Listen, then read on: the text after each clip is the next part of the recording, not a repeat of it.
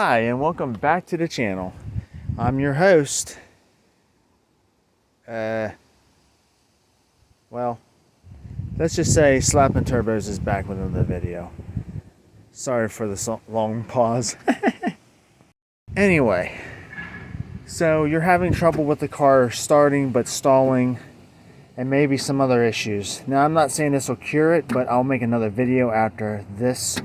But I looked up videos on how to do a crankshaft position sensor, and it is really not that easy from the top. I've seen videos from the bottom. I'm here to tell you that you have to take out this bad boy, which is the starter, which looks like that, which is all, oh my god, it's all gunked up. Yeah, this starter looks like shit. It will need replaced. I should probably clean that up before I put it back on there. But yeah, this is the starter. This is what it looks like. 2 bolts, pops right out. You can put it right back in and it's good to go. Anyway, yeah. So what you gotta do is there's a bolt down here at the bottom. I'm not going to show you in detail, but you'll get the picture. There's 2 wires. There's a ground wire, I believe, and a power wire. You have to pull them both off, and then you got to take out the top bolt. After you take out the bottom bolt, it'll drop out. That'll give you enough room to be able to take a flathead screwdriver and weasel your way up through. If I can show you here without dropping my phone.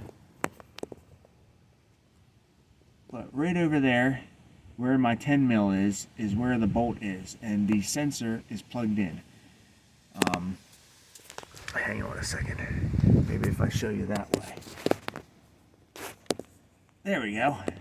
So you can see the sensor is right there, plugged in, and then there's a 10 mil bolt that holds it in. Yes, you will need to pop that out with a flathead screwdriver that's longer than like 5 inches long. It's going to have to be at least 10 to 12 inches long in order for you to be able to get it from the bottom. And you have to do it from the bottom and really just weasel your way around it. It's not exactly the easiest thing, so you're going to have some problem with that. As far as the old one, this is what the old one looks like. As you can see, it's all gunked up. It did not want to come out. I fought with this thing for the past day, and yeah, as you can see, if the camera adjusts, that's what it looks like. It's in pretty rough shape, and it was stuck in there for a long time. But luckily, we have the new one put in. I just have to tighten that all up, put the starter back in, and then we'll start it up and see what happens. I'm not saying this is going to cure the problem, but this is what this car looks like for right now until I put everything back on.